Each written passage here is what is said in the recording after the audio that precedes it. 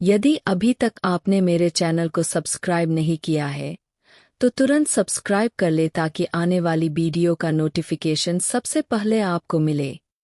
उत्तरी भारत का एक शहर श्रावस्ती। वह शहर भगवान बुद्ध के लिए एक महान संसाधन केंद्र था। बहुत से लोग वहां ध्यान के लिए रुकते थे और धर्म पर व्याख्यान सुनते थे। इन व्याख्यानों को सुनने के बाद एक युवक रोज शाम को धार्मिक चर्चा के लिए आता था। यह क्रम वर्षों से चल रहा था। वे नियमित रूप से बुद्ध के प्रवचन सुनते थे, लेकिन उन्होंने इसे कभी अपने जीवन में नहीं उतारा। कुछ वर्षों के बाद एक बार यह युवक व्याख्यान के लिए सब लोगों से पहले आया। तब बुद्ध अकेले बैठे थे। फिर वह बुद्ध से मिला और बोला, गुरुवरे, एक सवाल मुझे लगातार परेशान कर रहा है और मेरे मन में संदेह पैदा कर रहा है। तब भगवान बुद्ध बोले कि धर्म के मार्ग पर चलते हुए किसी भी प्रकार का संशय व्यर्थ है, उसे दूर करें। आपके पास क्या सवाल है? गुरुवरे, मैं आपके व्याख्यान में कई वर्षों से आ रहा हूँ। मैं देखता हूँ कि हमारे आसपास अनेक साधु, भिक्षुनियाँ और बड़ी संख्या में सामान्य सांसारिक स्त्री पुरुष आते हैं। मैं उन्हें सालों से देख रहा हूँ। कुछ साधक ने इस रास्ते पर बहुत प्रगति की है। मैं स्वयं देखता हूँ कि उनमें से कुछ को निर्वाण की भी अनुभूति हुई होगी। हालांकि कुछ लोगों को निर्वाण का एहसास नहीं हुआ है, लेकिन उनके जीवन में काफी बदलाव आया है।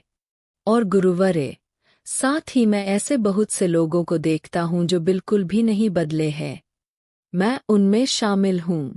इनमें से कुछ तो काफी जर्जर नजर आ रहे हैं। उनमें कुछ भी नहीं बदला है या बदलाव के कोई संकेत नहीं है। गुरुवरे, ऐसा क्यों हो रहा है? आप जैसे शक्तिशाली, निर्वाण साक्षात्कारी दयालु संत को उन्हें मुक्त करने के लिए अपनी शक्ति और करुणा का उपयोग क्यों नहीं करते? महापुरुष, भगवान बुद्ध मुस्कुराए और युवक से पूछा, तुम कहाँ रहते हो? आपका मूल गांव कौन सा है? गुरुवरे, मैं इस कौशल साम्राज्य की राजधानी श्रावस्ती में रहता हूँ, युवक बोला। परंतु देखने से हमें यह नहीं लगता कि तुम इस क्षेत्र के निवासी हो, तो तुम मूल रूप से कहाँ के हो? भगवान बुद्ध ने युवक को पूछा। गुरुवरे, मैं मूल रूप से मगध देश की राजधानी राजगिरी का रहने वाला हूँ। तो क्या तुमने राजगिरी से नाता तोड़ लिया है? नहीं गुरुवर्या, मेरे कई रिश्तेदार हैं वहाँ। मेरे दोस्त और परिवार वाले वहाँ हैं और मेरा बिजनेस भी वहीं है। तो निश्चित रूप से अक्सर श्रावस्ती से राजगिरी जाते होंगे। हाँ गुरुवरे, साल में कई बार राजगिरी जाता हूँ और श्रावस्ती को लौटता हूँ। कई बार एक ही रास्ते से जाकर आपको इस रास्ते का सब ज्ञान होगा और आप यहाँ से राजगिरी का रास्ता अच्छी तरह जानते होंगे। हाँ गुरुवरे, मैं अगर अपनी आंखें बंद करके भी इस मार्ग से जाऊँगा तो पूरा मार्ग बता सकता हूँ, क्योंकि मैं इस रास्ते से बहुत बार गुजरा हूँ। सभी करीबी दोस्त और रिश्तेदार जानते हैं कि मुझे राजगिरी की सड़क का पूरा ज्ञान है। तब भगवान बुद्ध बोले कि जब ये लोग राजगिरी जाना चाहते हैं तो वे आपसे इस मार्ग के बारे में पूछते हैं।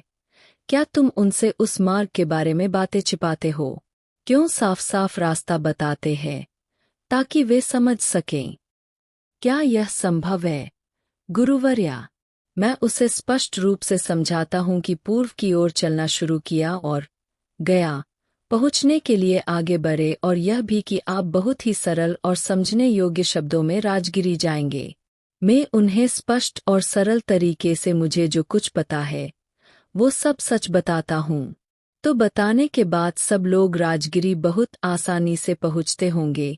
भगवान बुद्ध बोले, गुरुवरे, कहना थोड़ा कठिन है। जो लोग आदि से अंत तक इस मार्ग का अनुसरण करते हैं, जैसा कि मैंने उन्हें बताया है, वे राजगिरी तक पहुंच सकते हैं। यही मैं आपको बताना चाहता हूँ युवा सज्जन। मेरे पास बहुत से लोग आते हैं क्योंकि मैं यहाँ से निर्वाण को गया हूँ। मैं मार्ग को भली भांति जानता हूँ। मुझसे पूछा जाता है कि निर्वाण और मुक्ति तक पहुँचने का मार्ग क्या है, तो उनसे क्या छुपाना है? मैं उन्हें स्पष्ट रूप से कहता हूँ, यही तरीका है।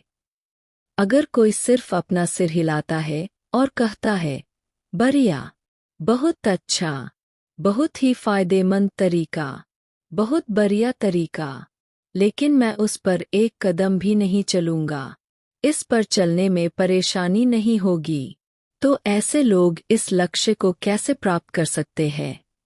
मैं इस अंतिम लक्ष्य तक किसी को अपने कंधों पर नहीं ले जा सकता। कोई किसी को अपने कंधों पर उठाकर अंतिम लक्ष्य तक नहीं ले जा सकता।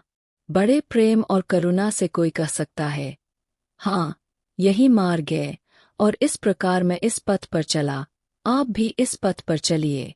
इसका पालन करें और आप निश्चित रूप से अंतिम लक्ष्य तक पहुंच जाएंगे। प्रत्येक मनुष्य को इस मार्ग पर स्वयं चलना चाहिए, एक कदम उठाना चाहिए। जो लोग इस रास्ते पर एक कदम बढ़ाते हैं, वे अपने लक्ष्य के एक कदम और करीब होते हैं।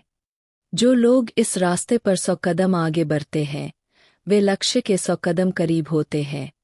जो इस पूरे रास्ते पर चलते हैं, वे अंतिम लक्ष्य तक पहुंच जाते हैं। सबसे अहम बात यह है कि इस रास्ते पर आपको खुद चलना होगा।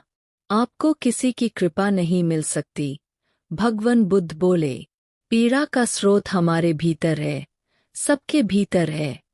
जब हमें अपने बारे में सच्चा ज्ञान हो जाता है, तो दुखों की समस्या का समाधान भी हमारी दृष्टि में आ जाता है।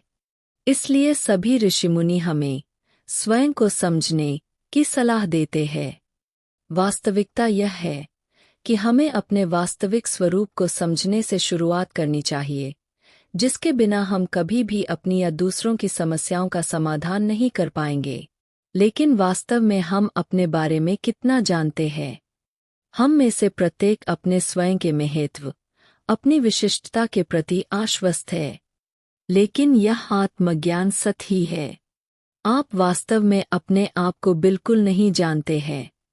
भगवान बुद्ध ने अपनी प्रकृति का अध्ययन करके मानव अस्तित्व की खोज की। सभी पूर्वाभ्यासों को छोड़कर उन्होंने आत्मानुसंधान किया। अपने भीतर के सत्य को खोजो। तब उन्होंने महसूस किया कि हर कोई भौतिक है। जीव 5 भागों से बना है।